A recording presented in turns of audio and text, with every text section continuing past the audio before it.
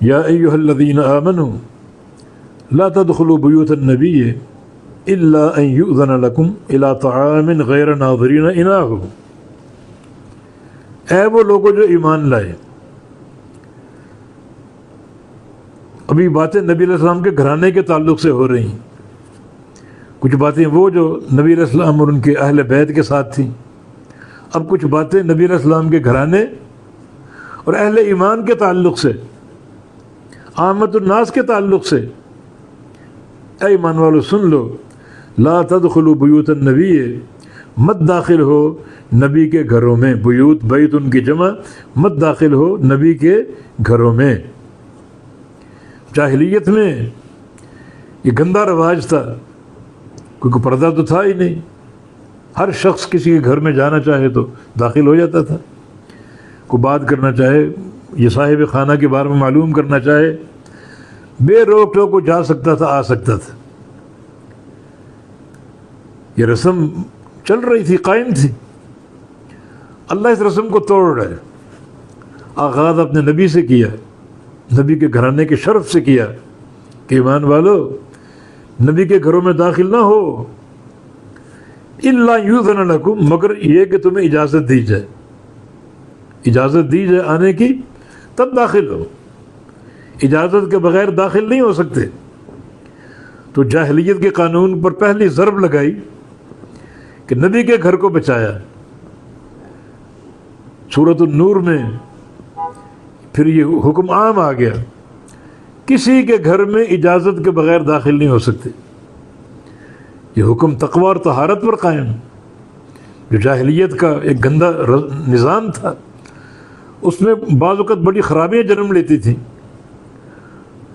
اور بڑی معصیتیں پیدا ہوتی تھیں، اور دین اسلام نزاہت اور تقوی اور طہارت کا دین ہے۔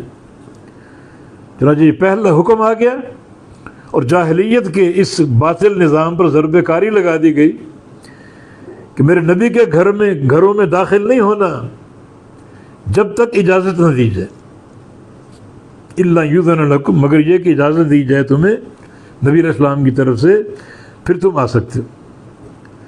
الی طعام غیر ناظرین اناہ، الی طعام کا تعلق یؤذن سے ہے، اجازت دی جائے، الی طعام کھانے کی طرف، کھانے کی دعوت تمہیں دی جائے تو اس دعوت کو قبول کر کے نبی کے گھر آ سکتے ہو، لیکن غیر ناظرین اناہ ہو، اس حال میں کہ نہ انتظار کرنے والے ہو اس کے پکنے کا۔ تمہیں دعوت دی گئی، تم کھانا شام کا میرے ساتھ کھانا، تو یہ نہ ہو کہ عصر کے وقت پہنچ جاؤ، کھانا پک رہا ہے تو پکنے کا انتظار کر رہے ہو، اب کھا کے جائیں گے۔ یہ بات اہل خانہ پر گراں گزرتی، جب بلایا جائے جس ٹائم اس ٹائم پہنچو۔ بہت سے غلط رواج تھے جاہلیت کے دور میں۔ ایک تو یہ کہ بعض لوگ دعوت کے بغیر پہنچ جاتے، دیکھا کہ ظہر یا ایک بج چکا ہے، یہ کھانے کا ٹائم ہر جگہ ہوتا ہے، بن بلائے گھروں میں پہنچ جاتے کہ کھانا مل جائے گا۔ اب بعض اوقات ایسا ہوتا ہے کہ گھر والے اپنے گھر کے افراد کے مطابق کھانا بناتے ہیں، اب ایک بندہ دو بندے اور پہنچ گئے تو ان کی اتنی وسعت نہ ہو، کیا کھلائیں ان کو، پریشانی کا باعث ہے۔ شرم و حیا میں منع بھی نہیں کر سکتے اور گھر سے نکال بھی نہیں سکتے، یہ بات گراں گزرتی۔ اور جو لوگ مدعو ہوتے، جن کو دعوت دی جاتی، وقت سے پہلے پہنچ جاتے، اب گھر میں بیٹھے ہیں اور کھانا پکنے کا انتظار کر رہے ہیں۔ تو اللہ تعالیٰ فرما رہا ہے میرے نبی کے بارے میں اس ادب کو ملحوظ رکھو، میرے نبی کے گھروں میں داخل نہیں ہونا مگر یہ کہ تمہیں اجازت دی جائے ہاں کھانے کی طرف، تو اس میں بھی غیر ناظرین اناہ ہو، نہ انتظار کرنے والے ہو اس کے پکنے کا۔ کھانا ہنڈیا چولہے پہ چڑھا دی گئی، اب تم پہنچ گئے، بیٹھے ہو، کھانا پکے گا، کھا کر جائیں گے۔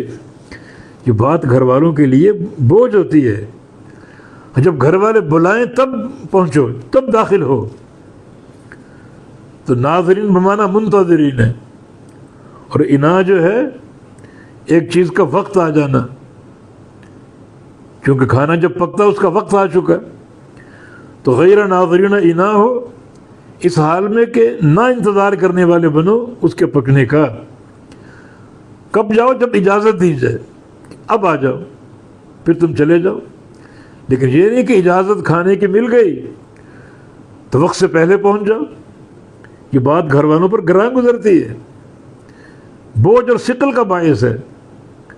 اب گھر والے شرم میں تمہیں منع بھی نہیں کر سکتے، نکال بھی نہیں سکتے، یہ بھی نہیں کہہ سکتے بعد میں آنا۔ بعض اوقات یہ بات ایک آداب کے خلاف مانی جاتی ہے، تو تم اس ادب کو ملحوظ رکھو۔ کھانے کی دعوت ہو، یہ نہیں کہ پہلے ہی پہنچ گئے، کھانا بن رہا ہے، پکے گا، تیار ہوگا، پھر کھا کے نکلیں گے، بلکہ تم اس وقت داخل ہو جب تمہیں داخل ہونے کی اجازت دی جائے۔ وَلَٰكِنْ إِذَا دُعِيتُمْ فَادْخُلُوا، اور لیکن جب تم بلائے جاؤ پھر داخل ہو جاؤ۔ کھانے کے لیے بلایا گیا، اب داخل ہو جاؤ۔ اور یہ بھی نہیں کہ اب کھانا کھا رہے ہو تو پھر بیٹھے رہو رات بھر، نہیں۔ وَإِذَا فَإِذَا طَعِمْتُمْ فَانْتَشِرُوا، اور جب کھانا کھا چکو تو بکھر جاؤ، چلے جاؤ، نکل جاؤ۔ آپ کو کھانے کے لیے مدعو کیا گیا تھا، وہ آپ کو مل چکا، آپ کھانا کھا چکے، اب کھاتے ہی نکل جاؤ۔ اب یہ نہیں کہ بیٹھے ہو۔ فرق ولا مستأنسین لحدیث، اور نہ تم دل لگانے والے ہو بات چیت کے۔ کھانا کھا چکے، اب کوئی گپ شپ ہو جائے، بیٹھے ہو ٹانگیں پھیلا کر کہ کچھ باتیں کریں، کچھ حالات حاضرہ، کچھ سیاست اور کچھ فلاں اور فلاں۔ نہیں، تمہیں کھانے کے لیے بلایا گیا، کھا کے تم منتشر چلے جاؤ، نکل جاؤ۔ ولا مستأنسین لحدیث، اور نہ دل لگانے والے ہو بات کے۔ اب بیٹھے ہو، اب مہمان بیٹھا ہے تو میزبان کہہ بھی نہیں سکتا اب جاؤ تم، میرا آرام کا وقت ہو گیا، شرم آتی۔ اور نبی تو بہت حیادار تھے، تو اللہ تعالیٰ نے نبی کے اس حق کی بھی حفاظت کی، یعنی نبی کے گھر میں نہیں جانا، بلائے جاؤ تب جانا ہے۔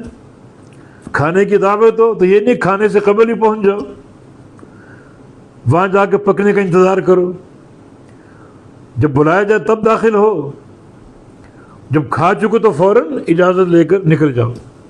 ولا مستأنسین لحدیث، اور نہ دل لگانے والے ہوں بات کے کہ بیٹھیں باتیں کریں، گپیں ماریں، نہیں، بلکہ فوراً منتشر ہو جاؤ اور فوراً میرے نبی کے گھر کو چھوڑ دو۔ ان ذالکم کان یؤذی النبی یستحیی منکم، یہ بات نبی کو تکلیف دیتا ہے کہ تم بیٹھے ہو، نکل نہیں رہے گھر سے، فیستحیی منکم، وہ تم سے شرماتا ہے، وہ نہیں کہتا کہ تم چلے جاؤ۔ تو ان ذالکم کان یؤذی النبی، بے شک یہ بات نبی کو تکلیف دیتی ہے، فیستحیی منکم، پس وہ تم سے شرماتا ہے، لیکن واللہ لا یستحی من الحق، اللہ نہیں شرماتا حق سے۔ تو اللہ نے نبی کی حق کی حفاظت کی کہ نبی کو کوئی تکلیف نہ ہو، کوئی اذیت نہ ہو، کوئی ملال اور پریشانی، کوئی دکھ نہ ہو۔ تو یہ سارے جو آداب ان کو ملحوظ رکھو نبی کے گھرانے کے بارے میں۔ اور وَإِذَا سَأَلْتُمُوهُنَّ مَتَاعًا فَاسْأَلُوهُنَّ مِنْ وَرَاءِ حِجَابٍ، اور جب تم سوال کرو ان سے، نبی کی بیویوں سے، کسی سامان کا، تو سوال کرو پردے کے پیچھے سے۔ آیت حجاب بھی آ گئی، آیت حجاب بھی آ گئی، اور اس کا آغاز نبی کے گھرانے سے ہوا۔ پہلے پردہ نہیں تھا، گھروں میں آنا جانا، بلا پردہ باتیں کرنا، بلا پردہ سوال کرنا، سب مروج تھا۔ نبی کے گھر سے ان مسائل کا آغاز ہو رہا ہے۔ اور جب تم سوال کرو نبی کی بیویوں سے متاعًا، کسی سامان کا، کسی شے کا، تو فاسألوهن من وراء حجاب، اب آج سے پابندی ہے کہ ان سے سوال کرنا پردے کے پیچھے سے۔ تو اللہ تعالیٰ کا حکم نازل ہوگا پردے کا، اور یہ ساری باتیں ایک ہی وحی میں لپیٹ دی گئیں۔ آپ کا نکاح جناب سیدہ زینب سے ہوا، اور آپ نے اس وقت فراوانی تھی، صحابہ کہتے کہ اشبعنا خبزا و لحما، نبی علیہ السلام نے ہمیں، ہمارے پیٹ بھر دیے روٹی اور گوشت سے، ہم نے خوب کھایا۔ اور اللہ کے نبی نے دعوت عام دے دی، انس سے کہا کہ جاؤ، جو ملتا جائے بلاتے جاؤ اور کھلاتے جاؤ۔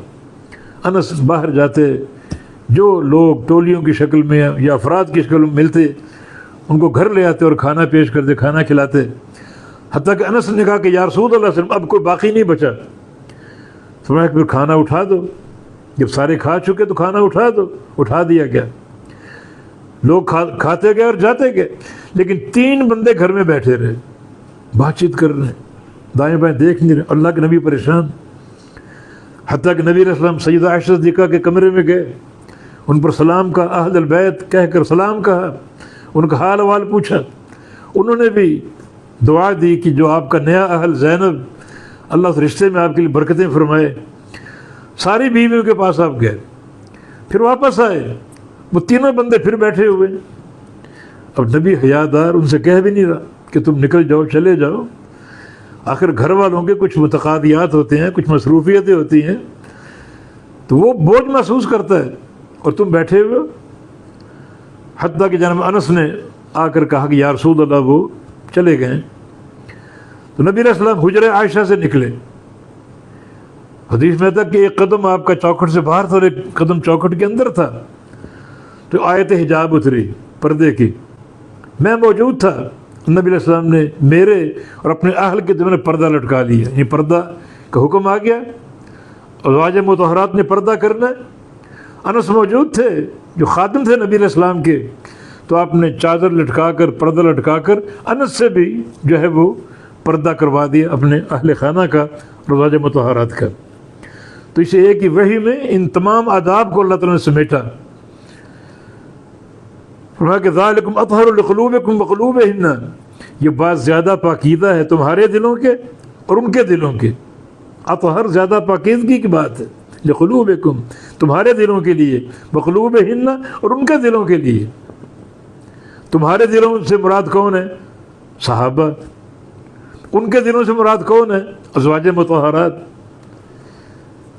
دیکھیں کیسا حکم ہے اور کیا حجاب کی ضرورت اور اہمیت ہے کہ تم پردے کے پیچھے سے بات کرو۔